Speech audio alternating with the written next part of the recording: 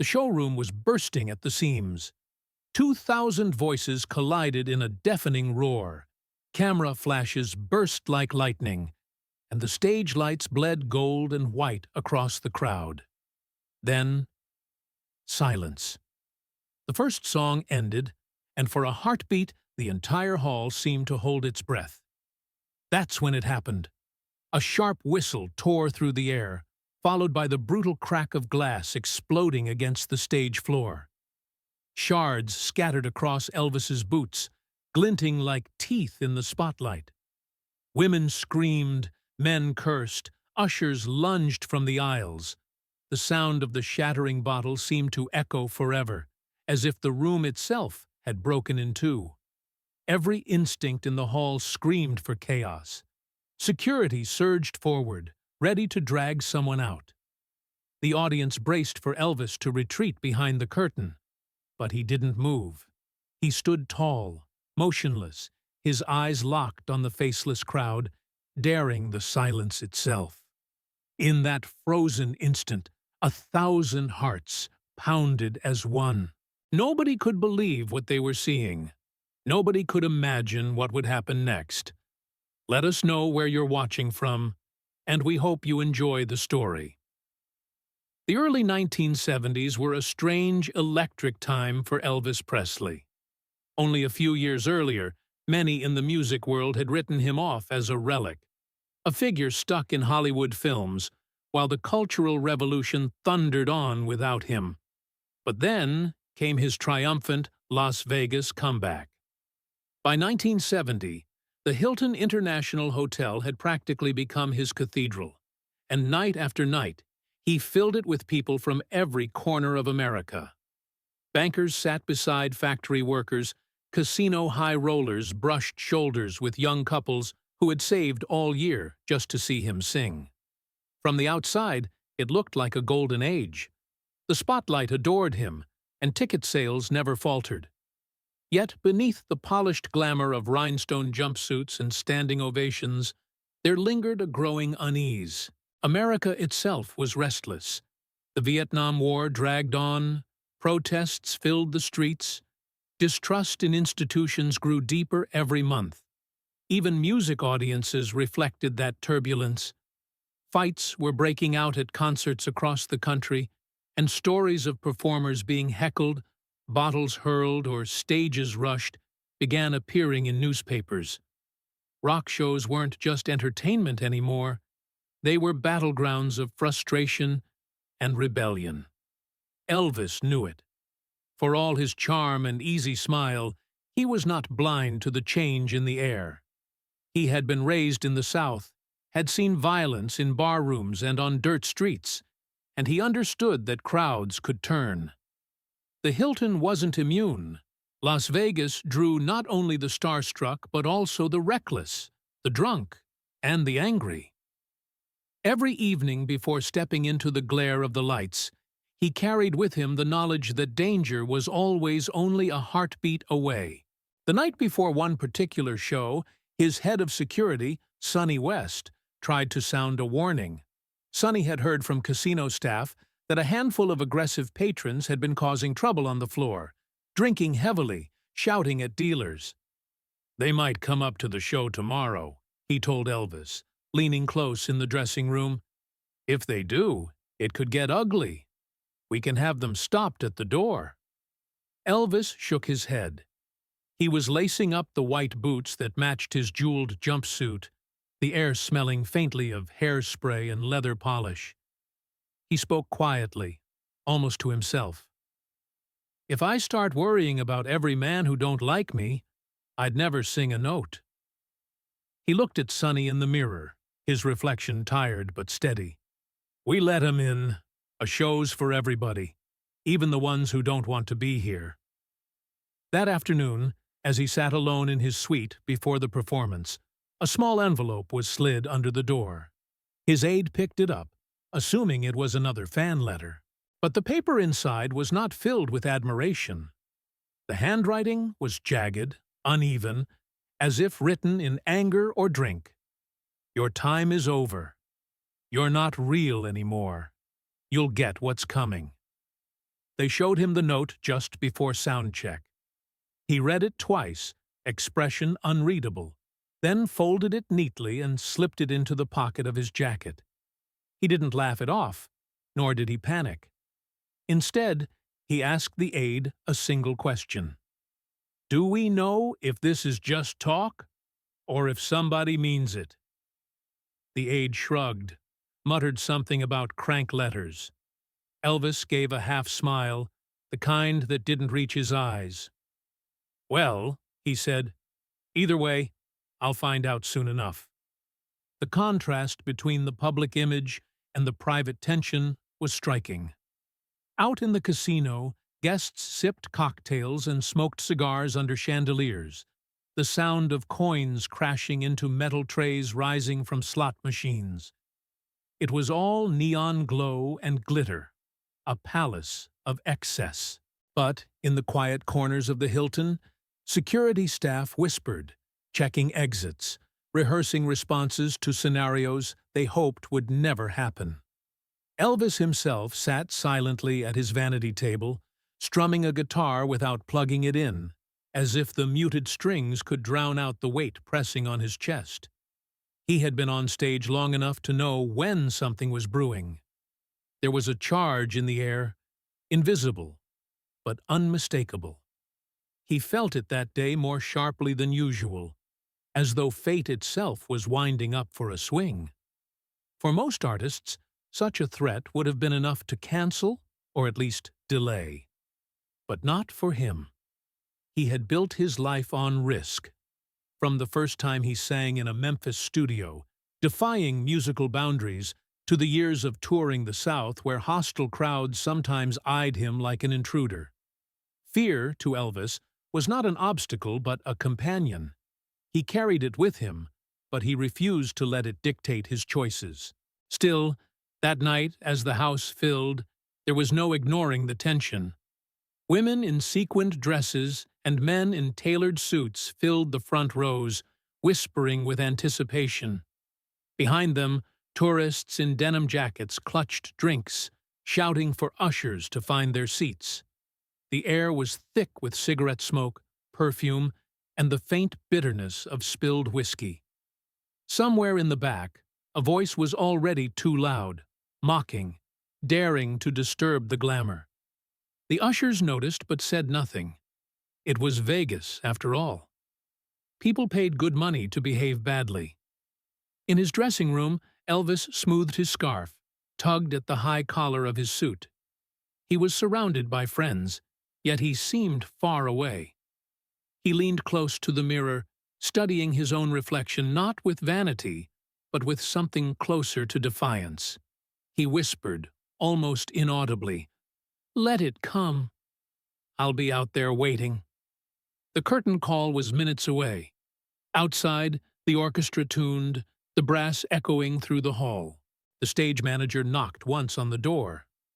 2 minutes.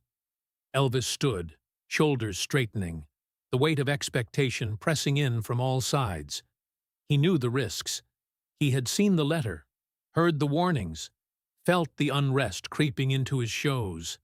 But he also knew this. Once the spotlight hit, there was no turning back. As he walked the narrow corridor to the stage, the roar of the audience swelled, a living wave of anticipation. He paused at the curtain, inhaled deeply, and, for the briefest moment, his eyes closed, as though bracing for an impact he couldn't yet name. Then the lights shifted. The orchestra launched into the opening bars, and Elvis Presley stepped forward, unflinching, into the blaze of the arena. The crowd erupted with a sound that shook the walls. From the outside, it looked like triumph. Inside, somewhere beneath the rhinestones and the rehearsed smile, he carried the weight of a question that had no answer. What will happen tonight? And as the applause thundered, that question hung in the air like a storm cloud, waiting to break. The Hilton showroom that evening glittered like no other place in America. 2,000 velvet chairs faced the wide stage, each one occupied. Chandeliers dripped with gold light, bouncing off sequined gowns and polished cufflinks. Cigarette smoke curled through the air, caught in the spotlight beams like restless spirits. Waiters hustled down narrow aisles balancing trays of bourbon, champagne, and coffee. It was an unusual audience, not just fans who had adored him since the 1950s. Vegas brought together every layer of society. The front rows gleamed with casino high rollers, men with heavy watches, and women cloaked in diamonds. Behind them sat small-town tourists, their hair sprayed stiff for the occasion. Sprinkled among the crowd were servicemen on leave, working-class couples who had scraped together savings, and clusters of college kids curious to see the man who had once scandalized their parents. It was a kaleidoscope of America in one room, bound together by anticipation. When the orchestra struck the opening notes of C. C. Rider, the place erupted. Elvis strode into the light, his suit a burst of white with gemstones catching every flicker from the overhead lamps. The reaction was instant. Screams from women, cheers from men, a standing surge that rattled the tables. He hit the first verse with power, his voice filling every corner of the room. Even the most skeptical faces softened. Whatever they expected, the sheer force of his presence erased doubt. From the stage, however, Elvis noticed what others missed. Near the back of the hall, a group of men leaned against their chairs, drinks sloshing. They were louder than the rest, not with joy, but with the jagged edge of intoxication. One shouted something unintelligible between songs, the words swallowed by the roar of applause. Another raised his glass like a taunt. The ushers glanced over but hesitated. This was Vegas. Men with wallets full of chips weren't easily silenced. Elvis pressed on. The first half of the set flowed with energy. Proud Mary, Polk Salad Annie, Never Been to Spain. Sweat glistened at his temples, his karate-like moves punctuating the rhythm, scarves flying into the hands of eager fans in the front row.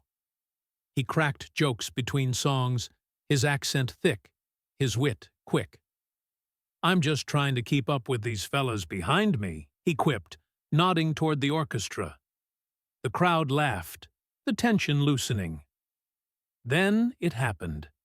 Between numbers, as the stage lights dimmed for the next transition, a plastic cup arced out of the smoky dark. It wasn't heavy, but the sight of it flying toward the stage broke the spell for a heartbeat. The cup hit the floor near the monitors, ice scattering across the wood. A murmur rippled through the audience. Shock, disapproval, curiosity. For an instant, security stiffened. Ushers started to move, eyes searching for the source. Elvis did the opposite of what most expected. He didn't stop the show, didn't demand the culprit be dragged out. Instead, he looked down at the cup, then slowly back at the audience, his expression unreadable. The pause stretched long enough to make people nervous. And then, with impeccable timing, he grinned. "Well now," he drawled into the microphone, "looks like somebody thought I needed a drink." The hall exploded with laughter, relief washing through the room. Even some of the troublemakers in the back clapped their hands as if in on the joke. The orchestra chuckled behind their instruments. Elvis gave a mock bow, kicked the cup gently to the side, and launched into the next song as if nothing had happened. The moment revealed the essence of his stagecraft. He could take a threat, however small, and twist it into comedy. He could disarm hostility without raising his voice. For the average spectator, it was just another sign of his charm. The king staying cool under pressure. But for those who paid closer attention, there was something unsettling beneath the surface. The joke had worked, yes, but the energy in the hall had shifted. The crowd laughed louder than before, almost too loud, like people trying to convince themselves the danger had passed. Elvis himself felt it keenly. The thrown cup was harmless, but it carried a message. Someone out there wasn't just here for the music. As the show rolled forward, that knowledge sat heavy in the pit of his stomach. He scanned the rows between verses, eyes sharper than usual, looking for shadows that didn't fit. Still, his voice never faltered. He gave everything to the ballads, his hands trembling with emotion as he sang, "You've lost that lovin' feelin'." He paced the stage with fierce energy during rockers, karate kicks slicing the smoky air. From the outside, no one could see the flicker of vigilance that lived behind his movements. For a time, the magic returned. Couples clutched hands, women dabbed at their eyes with tissues. Even the restless group in the back fell quieter, swaying in drunken rhythm. It almost seemed as if the night would pass without further incident, the earlier disruption fading into memory. Yet beneath the chandeliers, the air still buzzed with a strange electricity. The applause sounded just a little sharper, the laughter just a little too quick, as though the whole audience was holding its breath without knowing why. Elvis had deflected the first blow with humor, but deep down he sensed it. This was only the beginning. The second half of the show began with fire. Elvis had changed tempo, shifting from tender ballads into a storm of rhythm and blues. The band thundered behind him, brass blaring, guitars slicing through the haze of smoke. He moved with authority, the spotlight glinting off the rhinestones that scattered light like shards of glass. Every beat pulled the audience higher, and the showroom seemed to vibrate with energy. But energy could turn. He had felt it many times before. The delicate balance between adoration and frenzy. Tonight, that line grew thinner with every song. The restless group in the back had not disappeared. If anything, their presence became sharper as the night deepened. Between numbers, their shouts were louder, less playful. Ushers hovered nearby, torn between duty and the fear of ejecting paying gamblers. Elvis ignored them for as long as he could. He poured himself into the music, hips snapping, sweat shining down his jawline. Women in the front row stretched their hands toward him. Scarves fluttered into the crowd like sacred relics. The illusion of safety held until the moment it broke. It came without warning. He had just finished a blistering rendition of Polk Salad Annie, the crowd on its feet, clapping to the rhythm. As he caught his breath, stepping toward the microphone for the next line of patter, something sliced through the air. A dark object spun under the lights, catching glimmers as it tumbled end over end. Glass. The bottle shattered at the lip of the stage, fragments exploding across the floor at his boots. Liquid sprayed, catching the glow of the spotlights in a brief glitter before vanishing into the shadows. The sound was sharp, unmistakable. The violent crack of glass against wood. The hall froze. In one instant, the jubilant roar of thousands collapsed into silence. Women gasped. Some screamed. Men twisted in their seats, pointing, shouting at ushers. The musicians faltered mid-note, horns dropping away, guitars ringing uncertainly. Elvis did not move. He stood at center stage, shoulders squared, staring at the wreckage by his feet.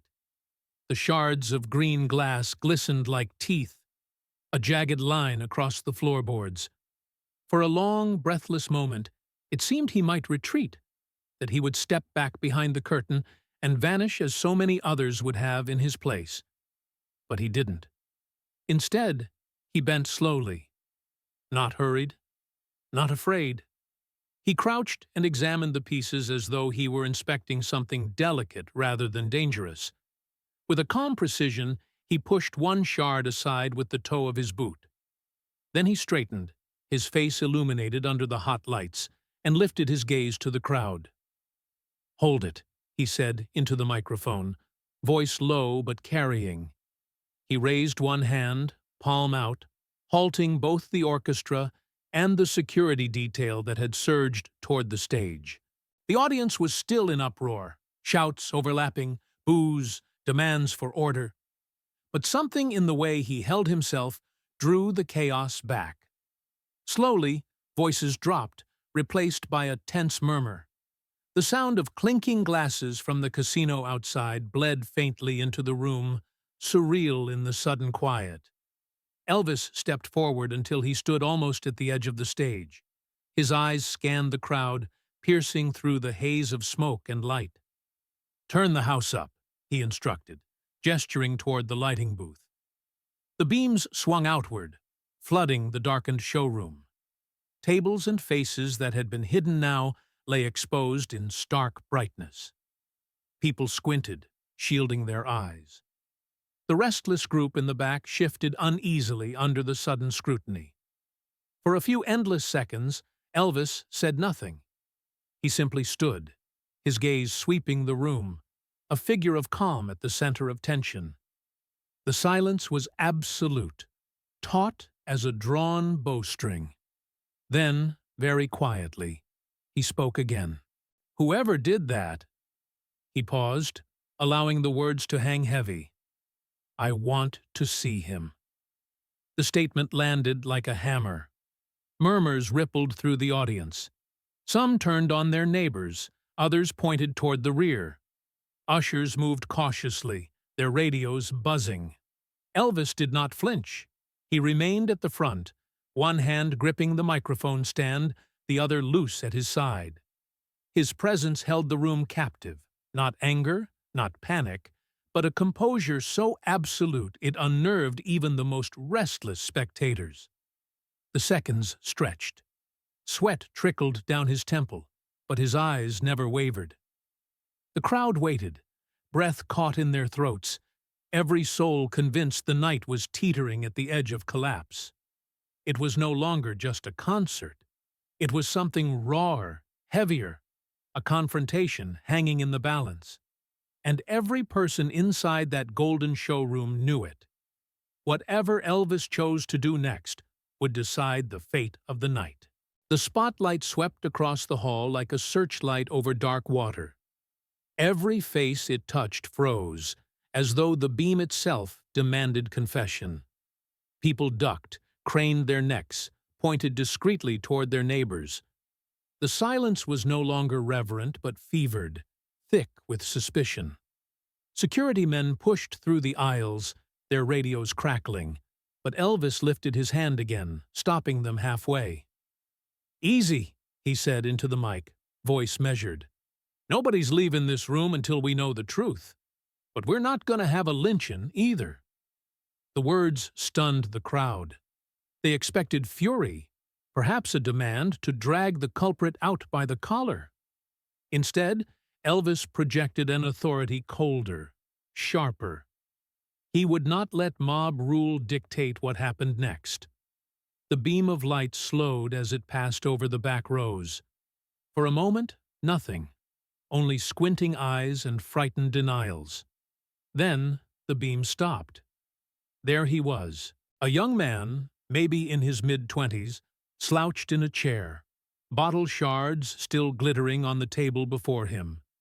His face was flushed with drink, his shirt unbuttoned at the collar, hair unkempt. He wasn't hiding.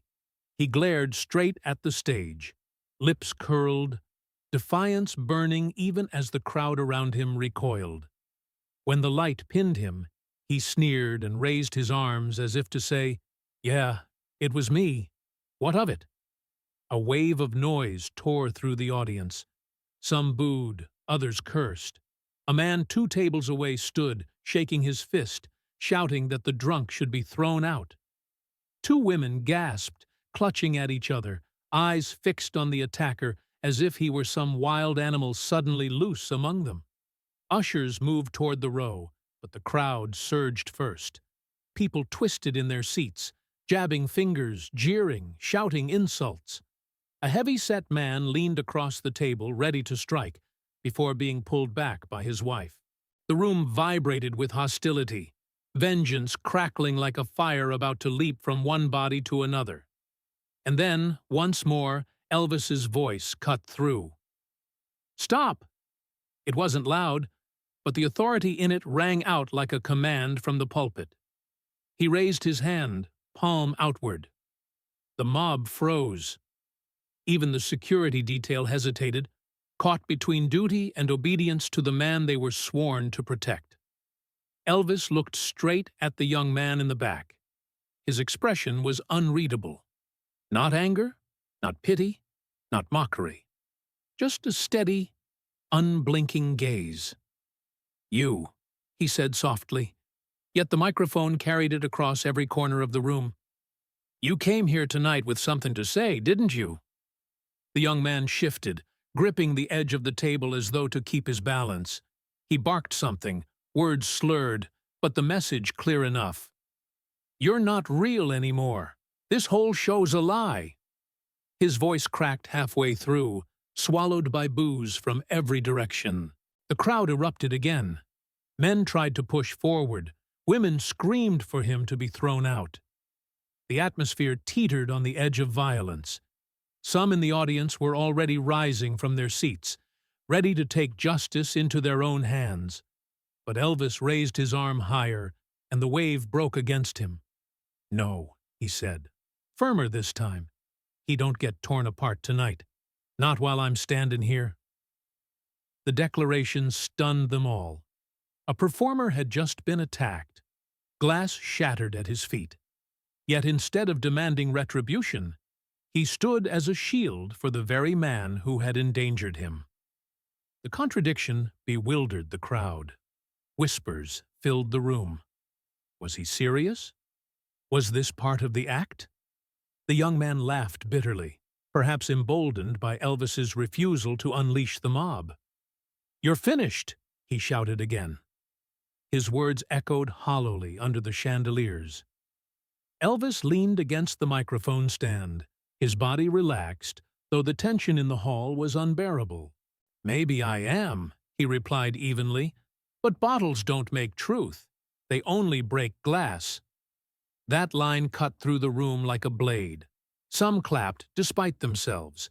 Others muttered angrily, unsatisfied, their thirst for punishment still sharp. Yet all eyes were glued to the stage, to the figure in white who had somehow seized control of the chaos. Security finally reached the young man's row, but Elvis waved them back once more. He wasn't finished. The decision was his, and his alone. "Listen to me," he said, turning to the audience at large. "Nobody likes being disrespected, and I ain't saying what he did is right. But I'll tell you something. If all we do is strike back, we don't fix a damn thing. We just keep breaking." The room wavered between disbelief and reluctant admiration. This wasn't what they came for. They had expected music, maybe a few scarves, maybe even a moment of eye contact to brag about later. They hadn't expected to be caught inside a moral confrontation. Yet here they were, forced to witness it. The young man wavered, his bravado faltering under the weight of Elvis's gaze. His chest rose and fell too quickly. His hands shook where they gripped the chair. He looked less like a rebel now and more like someone cornered, stripped bare under the lights. But the crowd wasn't satisfied. Shouts still rang. "Throw him out!" "He could have hurt you, Elvis. Don't let him stay." The energy threatened to boil over again. Elvis held his ground. His voice dropped, softer now, but every word landed heavy. "No man gets destroyed in this room tonight. Not by me, not by you. We came here for music, and that's what we're gonna have." The statement didn't end the turmoil, but it shifted it. Anger gave way to confusion, confusion to silence. Slowly, row by row, the audience sat down again. Ushers backed away.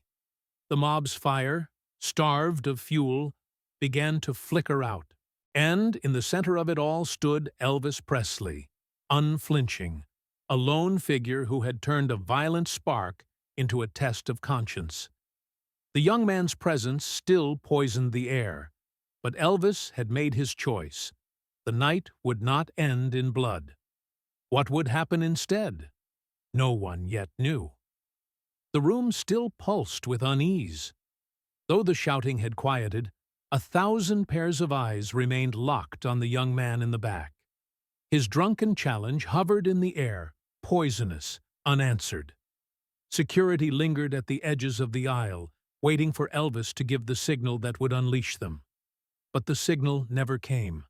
Instead, Elvis adjusted the microphone stand, leaned forward, and spoke in a tone that cut through every layer of smoke and chatter. "Son," he said, voice low but steady, "you got something eaten at you." I see it clear as day. A ripple ran through the crowd. He wasn't banishing the man. He was speaking to him, directly. The young heckler shifted, the false grin faltering. For a moment he tried to summon more bravado, lifting his chin and muttering something under his breath. But the silence of the audience, the weight of thousands staring, stripped his voice of power. Then Elvis did something no one could have anticipated. He raised his hand again, this time not to the crowd, but to his own security detail. "Bring him up," he said. The order sent a shock wave through the hall. Gasps, whispers, even outright protests rippled from row to row. Bring him up? To the stage? Ushers froze, unsure they'd heard correctly. A band member glanced toward the curtain, waiting for confirmation. Elvis nodded once, firm. "Let him walk." The young man blinked, unsteady on his feet, as security hesitated to guide him forward. Some in the audience booed, furious that the attacker was being honored with such attention. Others leaned forward, curiosity outweighing anger. Every step the man took toward the stage deepened the surreal tension. When he reached the foot of the platform, Elvis gestured to the spotlight operator. "Keep it right here." The beam narrowed, bathing only the two of them in white light. The rest of the room sank into half-shadow, as if the entire audience had been reduced to a hushed jury. The man wavered, his knees trembling. Up close, his drunken swagger collapsed under the intensity of the moment. Elvis extended a hand, steady, commanding. For an instant it seemed the man might refuse, but then, with an awkward motion, he allowed himself to be pulled up. The stage, moments earlier, a sanctuary, now held a confrontation unlike anything Vegas had seen. Elvis stepped back, giving the man space. Then, in a gesture that stunned even his own musicians, he unclipped the microphone from its stand and held it out. "Here," he said. "Tell us. Say what you came to say." The gasp from the crowd was audible. A man had just hurled glass at their idol, and now that same idol was offering him his voice, his platform, his stage. It was unthinkable. The heckler stared at the microphone, his hand twitching at his side. For a long beat, he didn't move. Then he snatched it, gripping it too tightly, the cord trembling in his fist. His first words were angry, a slurry of accusations, that Elvis was a sellout, that the songs were empty, that the spectacle was just glitter and lies. His voice cracked, too loud, echoing strangely across the hushed hall. Some audience members jeered, others shouted for him to shut up, but Elvis raised his palm again, silencing them. "Go on," Elvis said quietly. The man tried to keep shouting, but his rhythm faltered. The sound of his own voice, magnified and booming over the speakers, betrayed him. The anger broke in stutters, vowels catching. His breath came too fast, words tumbling into confusion. And then, almost against his will, his tone shifted. He wasn't jeering anymore. He was unraveling. "My wife left me," he blurted suddenly, the admission raw, clumsy. "She said I was no good. I lost my job last month. Nobody cares. Nobody hears me." His voice cracked into a near sob. and the mic trembled in his hand. The room changed in an instant. The audience that moments ago wanted him dragged out now sat in stunned quiet. This wasn't rebellion. This was despair made flesh, shaking under the spotlight. Elvis took a step forward, his eyes locked on the man. "You think no one hears you?" he said softly. "Right now, 20,000 people do." The words landed heavy. Even those in the back row felt them. There was no applause, no noise, only the raw sound of a broken man's breathing echoing through the speakers. Elvis reached out again, his hand firm on the man's shoulder. He didn't wrench the microphone away. He didn't scold. He simply stood there beside him, letting the silence stretch, giving the man the dignity of not being shoved aside. To the audience, it was disorienting. They had come for music and found themselves trapped inside a confession. And yet, no one left their seat. The spell was too powerful. For one of the rare moments in his career, Elvis wasn't singing, wasn't performing. He was simply present, standing beside a stranger who had come to hurt him and instead had exposed his own pain. And in that stillness, the audience realized something extraordinary. Elvis wasn't here to win applause. He was here to face humanity head-on, even when it came wrapped in broken glass and fury. The microphone quivered in the young man's hand, the cord snaking across the stage like a lifeline he didn't know how to hold. He had started with anger, with insults sharp enough to cut. But now his words collapsed into something far more fragile. "I don't know why I came here," he muttered, his voice breaking in front of thousands.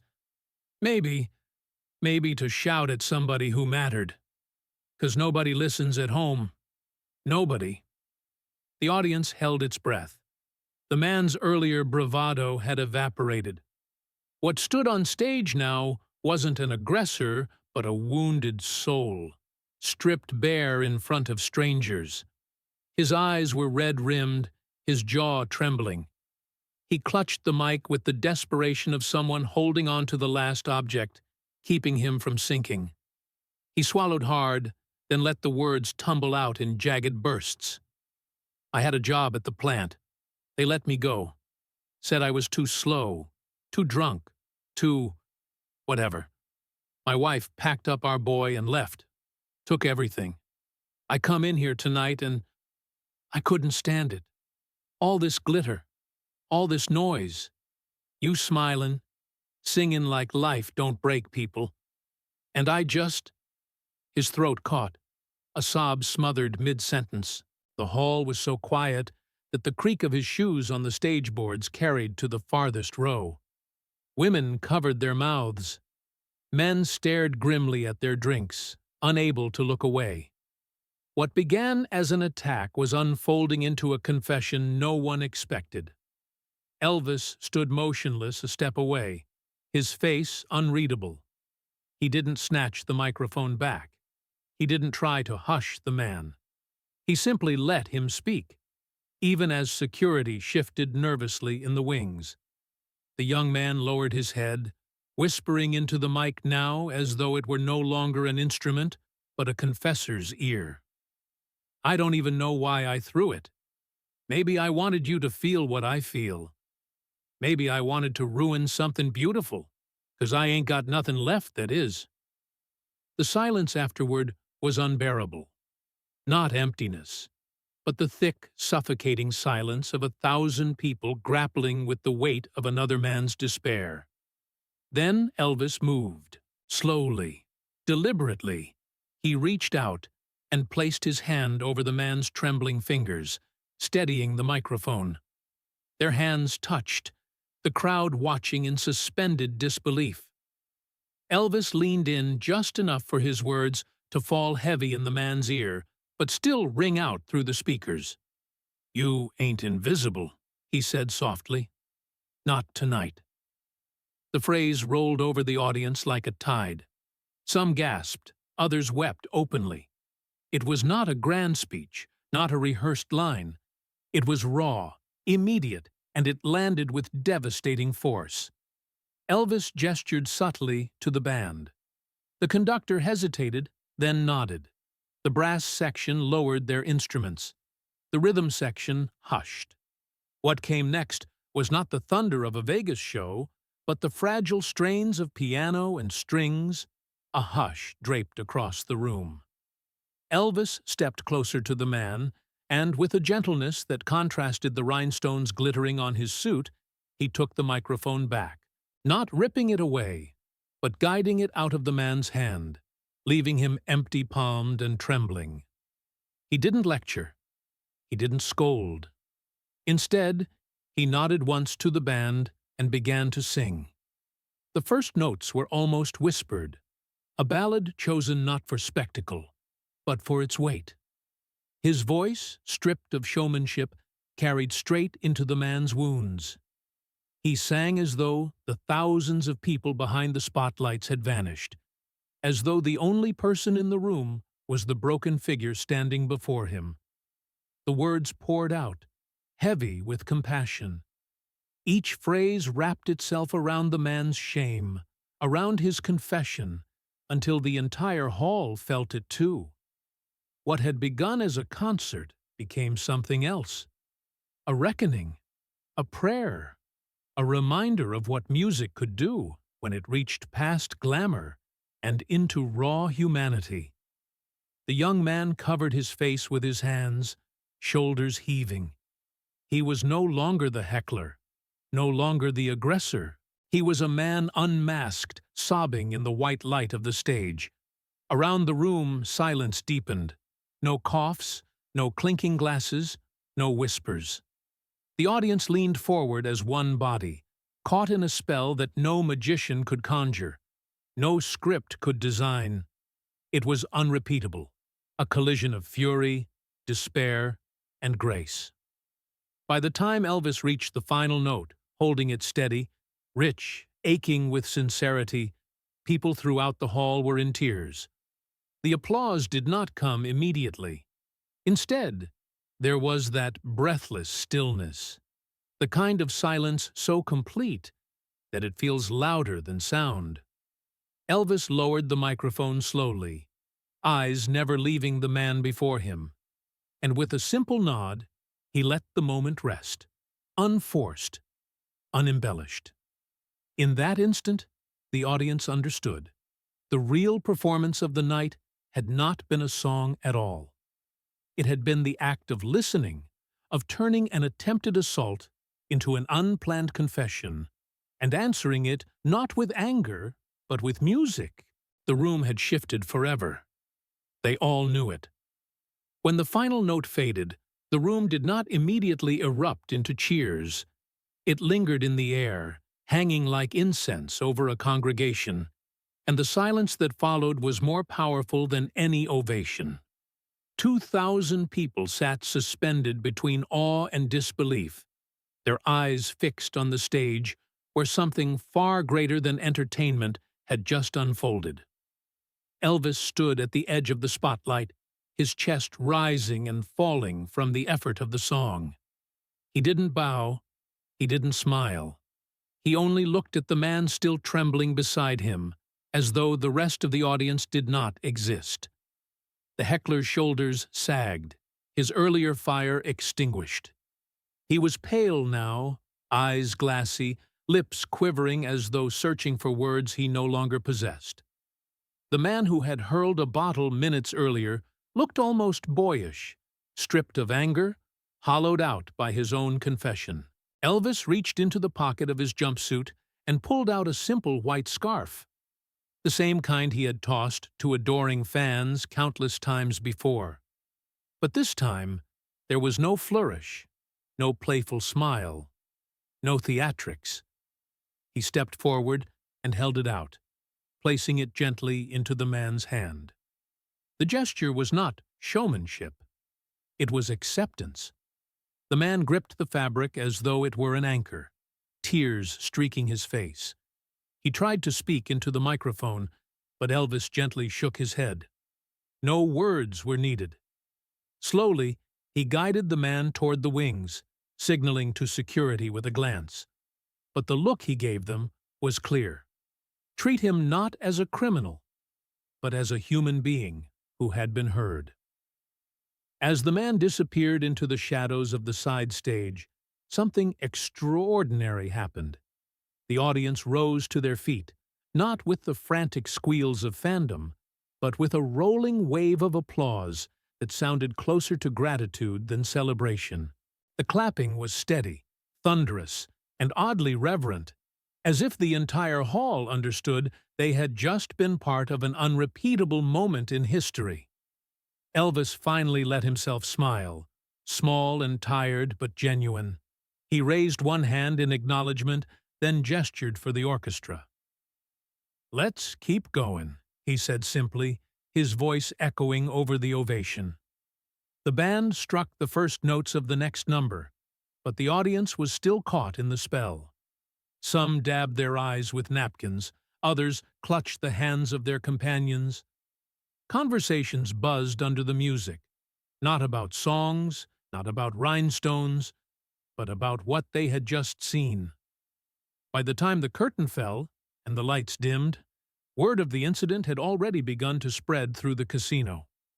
Guests at the blackjack tables leaned in to whisper about the bottle, about the confrontation, about the way Elvis had turned fury into something resembling grace. Dealers shook their heads in disbelief. Waitresses repeated the story to each other in hushed tones as they refilled glasses. The next morning, journalists tried to spin it into scandal.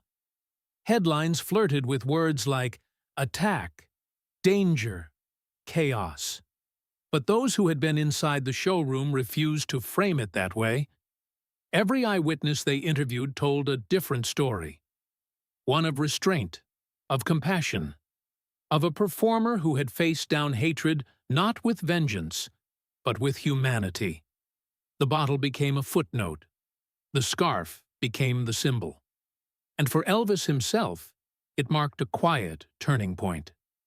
Back in his suite, away from the lights and noise, he sat alone for a long time, the empty stage still echoing in his mind.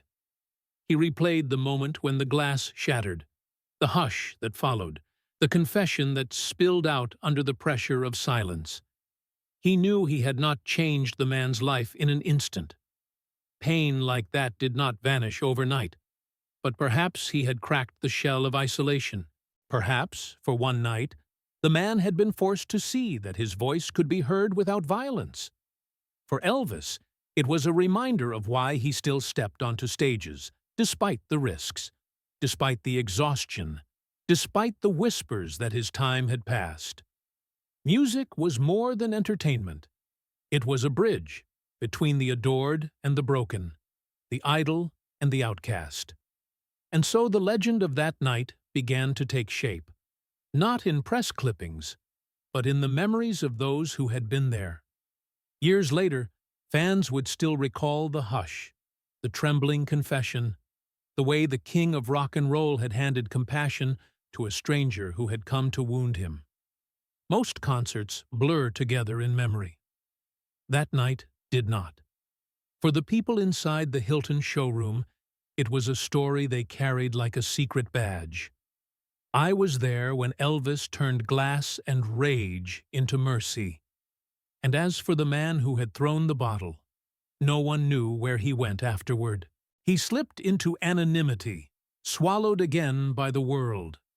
But those who had seen his face on stage remembered not the fury in his eyes, but the moment when his defenses cracked and he stood sobbing under the white-hot light, held steady by the only man in the room strong enough to answer hate with grace. Elvis never spoke of it publicly. He let the myth grow on its own, unshaped by his hand.